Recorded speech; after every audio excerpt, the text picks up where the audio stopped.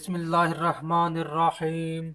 अस्सलाम वालेकुम दोस्तों, एक्सरसाइज 1.4 करते हैं।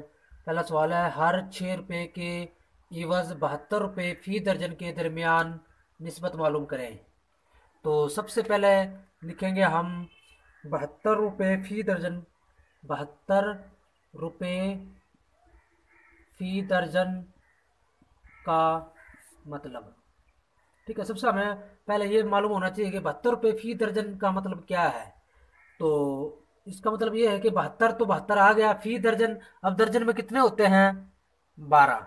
तो वो जो 12 है वो बटे में चला जाएगा, ठीक है। 72 रुपये फ़ी दर्जन का मतलब होता है 72/12, ठीक है।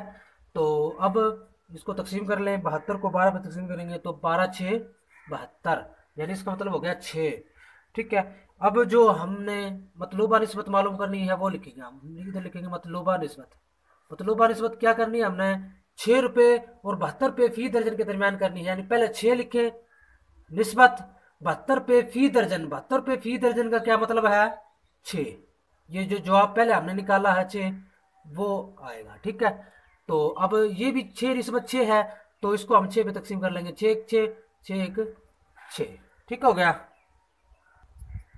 जी। ये दूसरा सवाल देखें, 160 रुपये फ़ी मीटर और 150 रुपये फ़ी मीटर के दरमियान निस्बत मालूम करें। तो पहले 160 रुपये फ़ी मीटर है, तो पहले हम लिख लेंगे 160 मीटर लिख लें, ठीक है। और फिर 150 रुपये फ़ी मीटर 150 मीटर लिख लें, ठीक है। अब इन दोनों के दरमियान हम निस्बत मालूम करेंगे, ठीक है।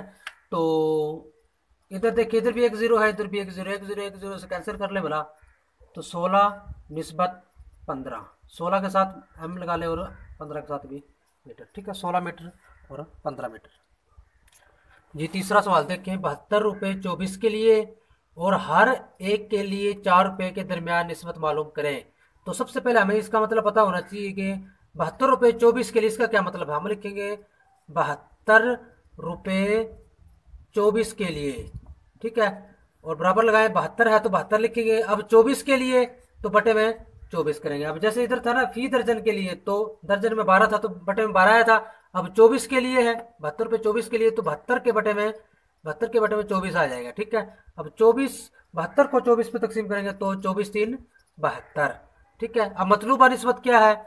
मतलूबा निस्बत यानी हमने को क्या निस्बत मालूम करनी है? मतलूबा निस्बत में क्या है? पहले 72 रुपये 24 के लिए ये रकम लिखेंगे। इसका जवाब जो आया था वो आया था 3, तो हम 3 लिखेंगे। और और फिर मतलब निस्बत लगा ले, हर एक के लिए 4 पे। अब 4 है तो 4 4 ही आ जाएगा, तो मतलूबा निस्बत बन गई 3/4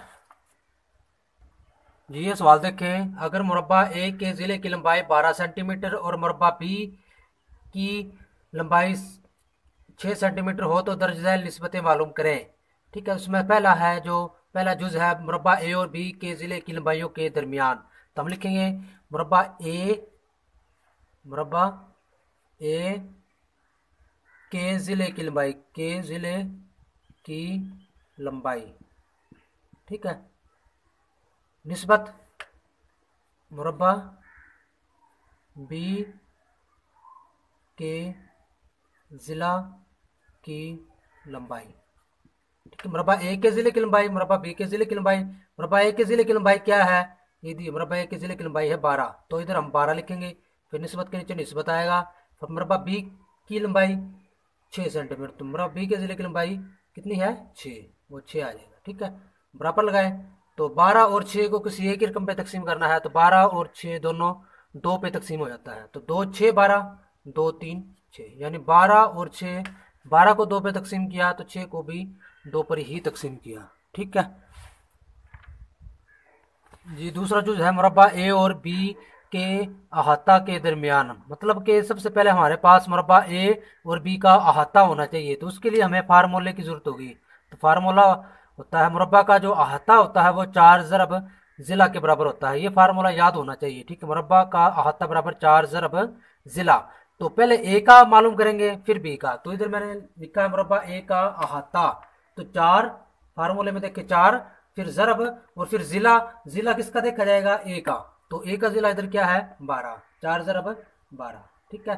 तो ये हो जाएगा 12 4 48, ठीक हो गया। अब मुरब्बा बी का अहाता मालूम कर लें। मुरब्बा बी का अहाता।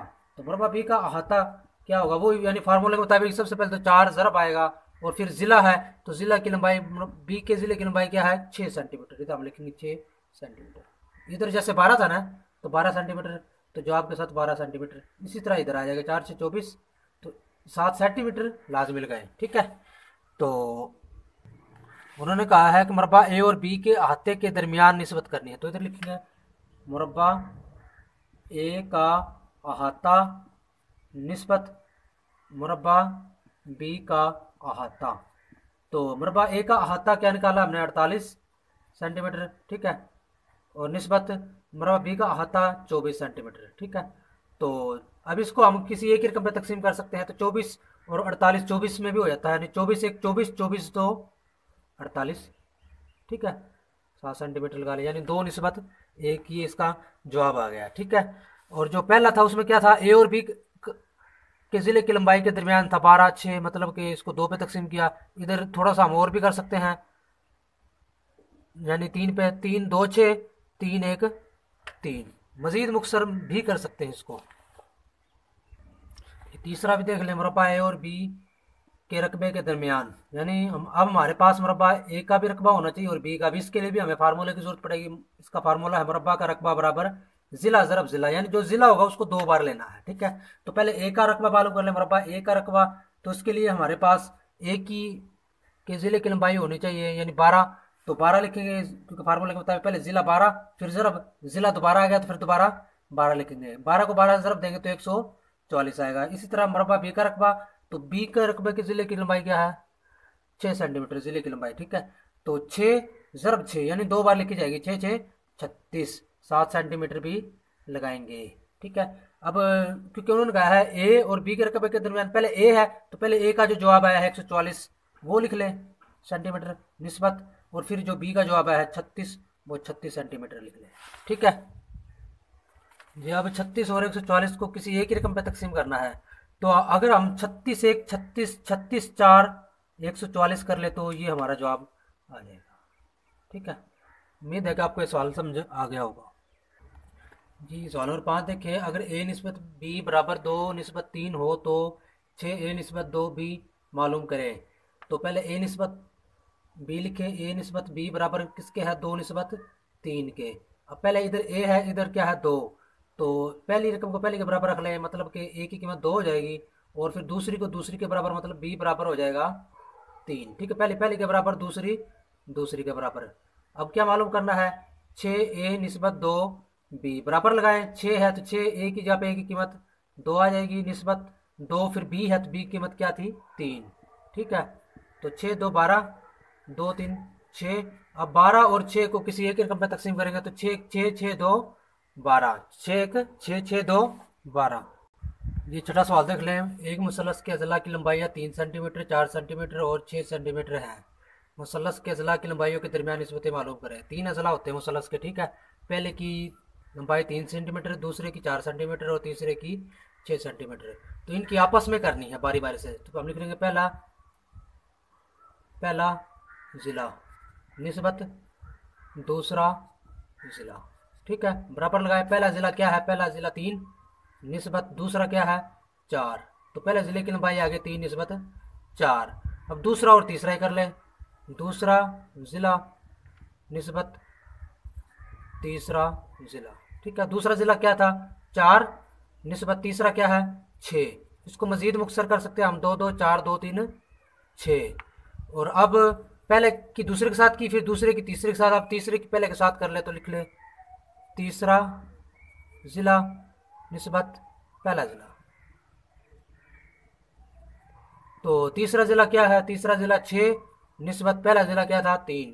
ठीक है, तो 3 और 6 को हम 3 पे तकसीम कर सकते हैं, 3 2 6 3 1 3। उम्मीद है कि आपको ये तमाम सवाल समझ आ गए होंगे। अगर आपने अभी तक हमारे चैनल को सब्सक्राइब नहीं किया तो हमारे चैनल को सब्सक्राइब करें और साथ में लगी बेल आइकन को दबाएं ताकि हर नई आने वाली वीडियो का नोटिफिकेशन आप तक पहुंच सके। शुक्रिया।